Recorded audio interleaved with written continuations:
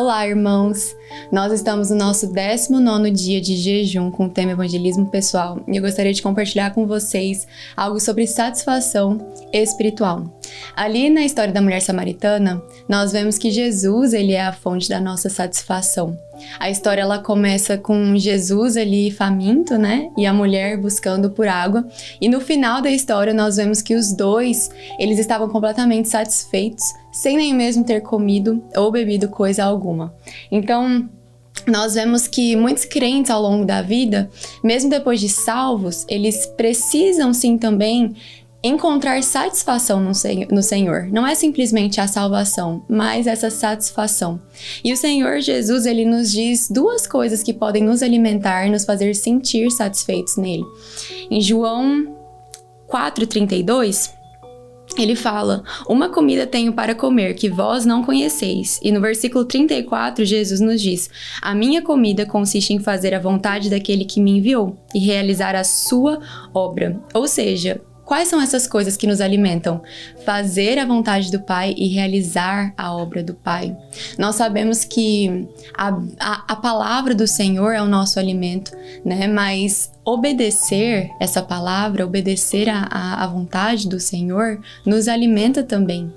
Porque, poxa, se nós pararmos para pensar, a vontade dele é boa, perfeita e agradável. Então, quanto mais nós nos alimentamos dessa vontade e mais obedecemos essa vontade, mais fortes nós nos sentiremos.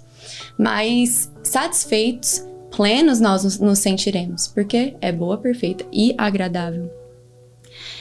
E o inverso também disso, né, é verdadeiro. Quanto mais nós nos afastamos daquilo que Deus tem para nós, daquilo que é a vontade dele para nós, mais fracos nós nos sentiremos, né? Então, nesses dias nós precisamos parar e perguntar ao Senhor, buscar mesmo saber qual é a vontade dele primeiro para a igreja, né, para os filhos dele, para aqueles que fazem parte do seu corpo. Qual que é a vontade do Senhor para nós como igreja, né? E também qual é a vontade dele para você na sua vida pessoal.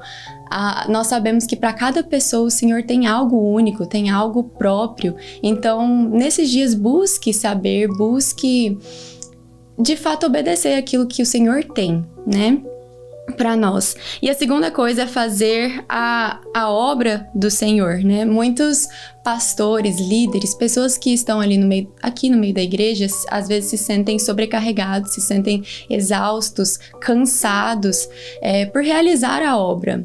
Mas a obra do Senhor, quando é feita na força do Senhor, ela é leve, porque o jugo do Senhor é suave, né? O fardo dele é leve e a alegria do Senhor é a nossa força. Então, quando nós realizamos a obra do Senhor, sabendo que é Ele quem já fez tudo, nós fazemos apenas através do descanso, nós realizaremos isso com vigor, com força e com alegria, com leveza.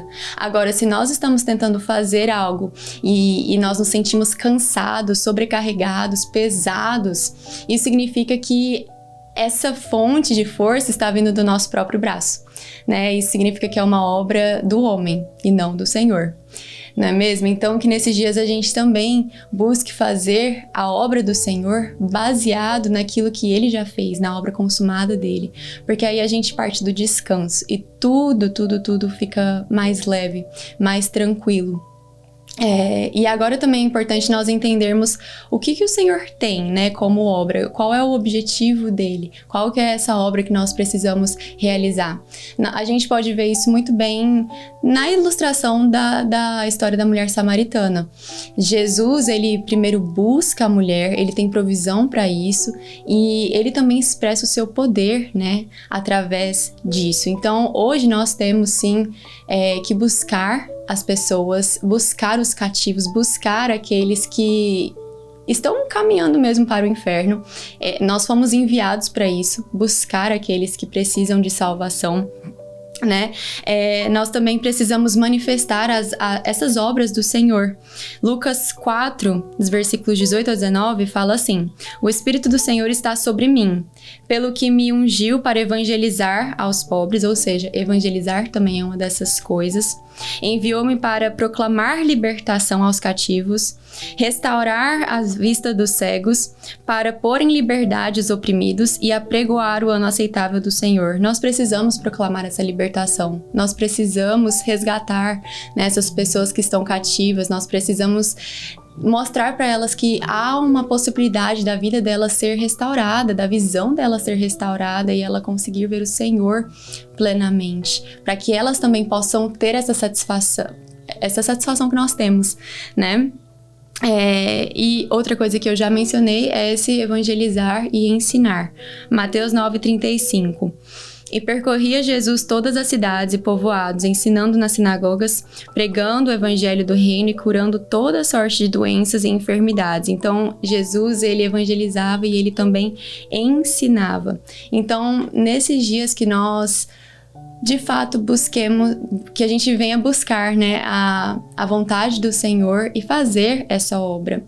E trazendo agora também para o nosso jejum, sabendo que o propósito é alcançar a vida dessas pessoas, a gente primeiro precisa saber que a seara, ela está pronta. A Bíblia já nos diz isso, que nós somos apenas aqueles que plantam ou aqueles que colhem.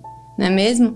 Mas o Senhor faz crescer. Então, sabendo disso, que hoje que a gente esteja preparado ou para plantar na vida das pessoas ou para colher, né? E também é muito importante a gente saber que nós desfrutamos da recompensa ainda nos dias de hoje.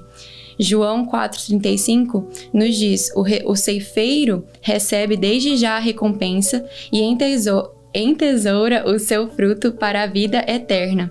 E das artes se alegram tanto o semeador como o ceifeiro.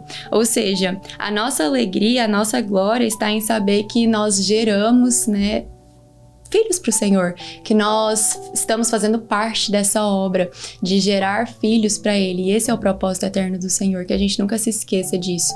Nós temos tantas coisas, tantos afazeres, né, na nossa vida cotidiana, mas o que realmente importa é o que Ele tem como propósito eterno, e isso é gerar filhos para Ele. Então, que nesses dias a gente busque de fato evangelizar, ensinar, proclamar o Evangelho, né, e trazer essas pessoas para sentir essa satisfação.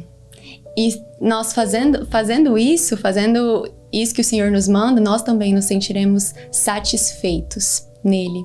Amém?